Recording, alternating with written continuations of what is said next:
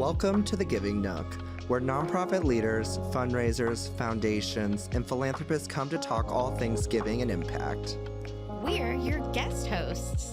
I'm Katie Lord. And I'm Chris Stibbs. Your nonprofit powerhouses, fundraising strategists, and your go-to guides for tips, tricks, and real talk about what it actually takes to create meaningful change in the sector. Between the two of us, we've worked across every corner of the sector, from throwing top-notch events to building donor relationships that last. And now we're pulling back the curtain to share what we've learned. Whether you're in the fundraising trenches, leading a nonprofit, or just curious about how to give more intentionally, you're in the right place. Let's dive in. You know, Katie, that I have been dying to talk about this topic, and it is events. Dun, dun, dun. I mean, this is like I'm excited to learn from you. This is your lane. This is something that I just know you like shine so much in. So I'm excited to have this conversation with you and especially get some of your wisdom out to our listeners today because they're in for a real treat. It's going to be mostly here's everything I learned not to do and don't do it. Well, excellent. So where do you feel events are today as opposed to 5 years ago? You know, COVID was awful, but coming out of COVID, people were ready to be back at events. I mean, you could have told me, like, I need to go to, like, a school fundraiser where there's nothing to drink and there's no food. And I would have been like, I'm ready. Sign me up. When do I need to be there? But I think we're getting back into the motion of pre-COVID where people are like, I have another gala I have to go to this weekend. And I think people are getting tired again. They're tired of these cookie cutter events that feel like they're the same and they leave not knowing what the mission is or what the call to action is. And it's just getting a little stale. Mm-hmm. And one of my, favorite things to say is like your fundraising event isn't dead. It's just boring. And I think it's a little harsh. And I've been there. I've been there when I've put on the boring event. So I get it. It's, you have minimal staff to put on this event. You're trying to do the best you can. You're wearing multiple hats, but we've got to change up these events. We've got to make them unique. My first takeaway, I'm going to start out really early, is if you don't already have a gala, do not create a gala. Oh, gosh, you just spoke to me right there. Yes, please. Like, I am so, like, I get the fundraising offensives, like when people are like, oh, are you guys throwing a rubber chicken dinner? It's like, oh, no, mine's better than that. But sometimes they're not, like I've thrown a couple of events where, like you said, where you're just like, that did not hit the way it used to, or how I thought it was going to. And I would say that I think those, especially younger generations coming up, like we don't want our grandparents' gala. We want something new. But Chris, how do you get a board or even a boss to buy into something that is new, that's not the tried and true, and let go of that fear of like, but what if we don't hit our number? It kind of plays into the segment we had before about desk fundraising. You have to build these relationships. You have to be out there. You have to build the relationships. You've got to ingrain your mission in the people that you meet and do it in a way that really speaks to them. When we go out and we talk about why this is important and why they're investing in it, there's no event, there's no committee, there's no fundraising if you haven't built those relationships with people to step into those roles. Mm-hmm. And one of the things I talk about is you can't just send a sponsorship letter out to 100 companies that either don't know you or don't already support you or don't have an employee involved with you and just expect them to be like, yeah, here's 10 grand. Why not? Isn't that how it used to be? I mean, I totally agree with you on that. And I think, yes, it goes back to desk fundraising, but it also goes into, I think sometimes it's getting the right volunteers on board too. And I will say, like, you do an excellent job of getting those volunteers. In fact, I get annoyed maybe once or twice when I'm like, I'd love for you to, and they're like, I volunteer with Chris. I'm like, of course you do. But don't you think that going into those relationships, like sometimes I think we're afraid to ask our volunteers to do more because we're a little bit afraid of maybe losing control, but you seem to do that well. So how can you kind of maintain what the event is about, tell the story, keep its integrity, if you will, but give people and your volunteers the wiggle room to try new things and create new ideas within a structured event?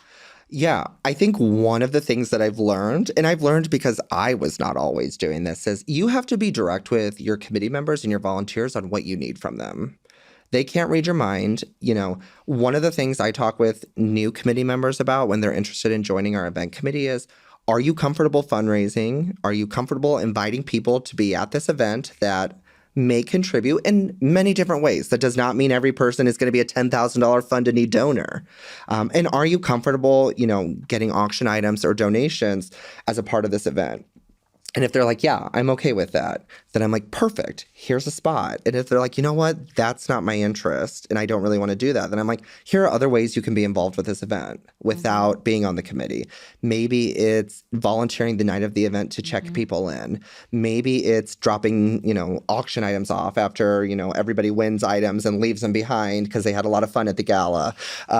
Dropping them off that next week. It's putting people in a spot where they're comfortable and where they feel useful, because that's what's going to make them come back. And I think really building these committees where people understand the assignment is what is moving these events forward.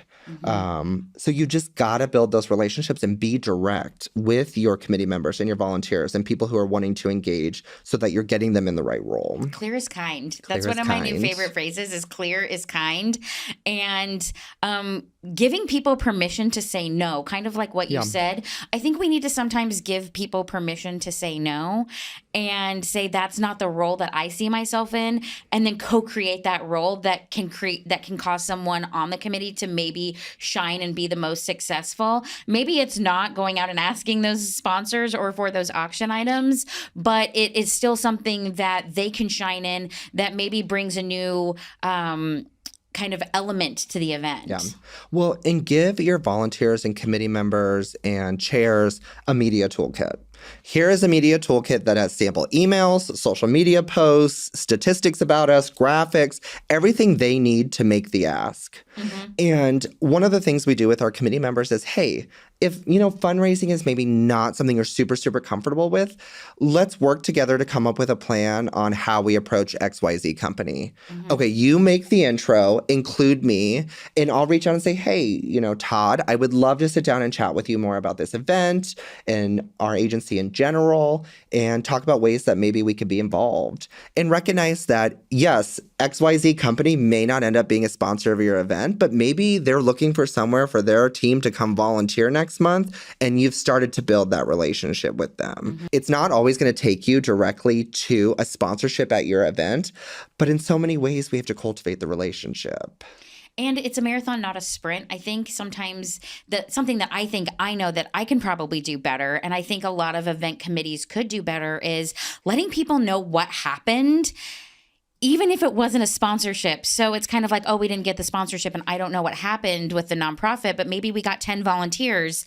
Maybe we got a grant because they have a grants committee that gives out money. Maybe we got an auction item, or we got something that just maybe wasn't what the end result was. What do you do about that? Like, how do you communicate that impact to people if it's not maybe the most tangible of what they were set out to do originally? I think kind of exactly what you just said, like showing, our committees and our teams, like at the nonprofit, like here are some areas that we built impact outside of this event because of the relationship we created. So XYZ company didn't come in as a sponsor, but they shared with us their grant program, and we were able to apply for a $25,000 grant through their company versus this $5,000 sponsorship we were asking for. And we've also had these experiences where we're going to funders and it's like they've got a grant program and they've got a sponsorship program and you can only do one. Ooh. And I have been graceful and thought about the team as a whole. Like, this grant was going to be 20 grand. My sponsorship was going to be $2,500. And I'm like, I know that this 20 grand grant is way more impactful to us than this $2,500 sponsor. And so it's being willing to pivot, as much as we hate that word after COVID, Yes. into what makes most sense for the company and the organization. And that goes back to what you said earlier, which was about fundraising really is a team, and there is that accountability that you said Yeah. last time. Something else that I think is really important for us, or I would like us to at least be talking about, is in events. How are you keeping the auction exciting? Because I will tell you, like, sometimes you go to auctions and it is the same stuff at every auction. And it's like, okay, I've got the taco basket, I've got the movie basket, I've got the sporting event tickets. How are you coming up with and keeping packages fresh so that it's something I want to invest in? So at the forefront and top of the list are, what are items that somebody can't go out and buy right now? Mm-hmm. And those experiences, those, we're having XYZ sporting player come do a dinner. And I know that's not always accessible to everyone, and I recognize that. But what are those experiences that you can't buy? A committee member has a connection to a chef at this restaurant, and they offer a private dinner for 10 that they normally don't do in the restaurant. Like, creating those memorable moments that people want to bid on because they can't get access to it. And I think that's why people like trips so much, is I'm going into this person's Colorado home that they don't normally Airbnb, and I'm spending a week there skiing. That's really, you've got to create those experiences that people can't buy. Oh, I really like that. You're right. It is all about experiences. We are like in the experience generation, and the event itself is an experience. You are creating at your nonprofit event an experience for that donor from the minute they, get out of their car, whether they're parking, it's valeted, or, and they're having to walk a mile, or they're walking in the door, through the end of the evening and the thank you. I mean, it doesn't stop when you walk out the door. How do you use storytelling in your events? Because again, that's an integral part of the experience. Yes, everyone wants to have a fun party, but also I want to hear why I'm here. Yeah, we have implemented storytelling within the design and experience of the event. So one of the things I love is, when somebody's coming up the escalator or up the elevator at our event, when they walk out, there's a vertical TV there, and it says, in the minute it took you to ride up the escalator or elevator, 24 calls were made to domestic violence hotlines around the country. They are immediately smack dab in the middle, given this is the mission. And as they walk down the hallway, there are stickers on the floor, decals that have statistics and data and programs we offer. And so as you're walking down, you are seeing how Newhouse is making an impact. And I've seen this at other events, like your storytelling before they've even gotten into the ballroom. And your programs, the program is so, so critical. What is the story you're telling?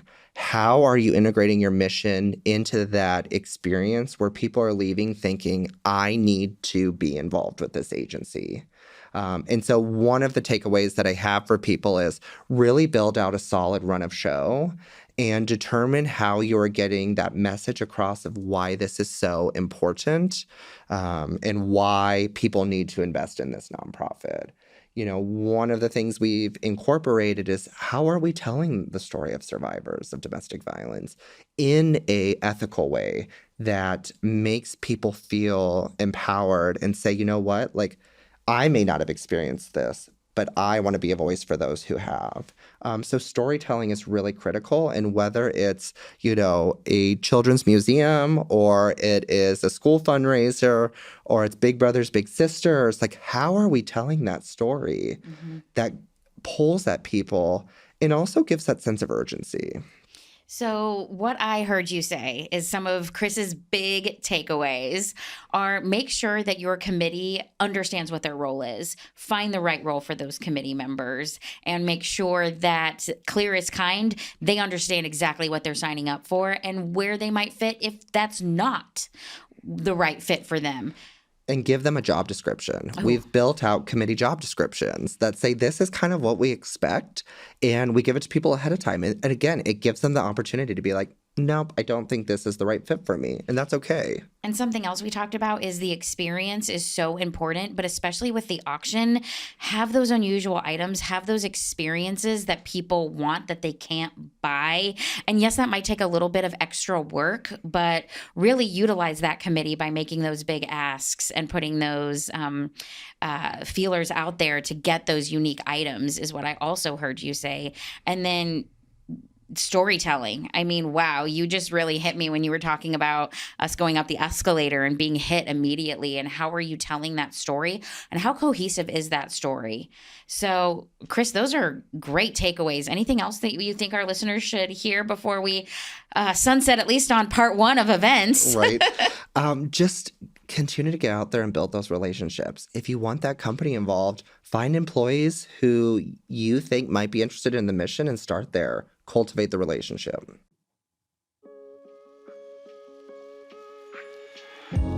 And that's a wrap on this episode of The Giving Nook. I hope today's conversation gave you something, whether it's a fresh idea, a new perspective, or just a little more confidence in your fundraising journey. If you're loving what we're giving, be sure to hit subscribe so you don't miss what's next. And if you're feeling generous, a quick review helps more people like you find us. Want to keep the conversation going? Connect with me on LinkedIn or visit thephilanthropyplace.com, where I share fresh fundraising insights every other week. Here's to fundraising that feels good, works smarter, and changes lives. See you next time in The Giving Nook.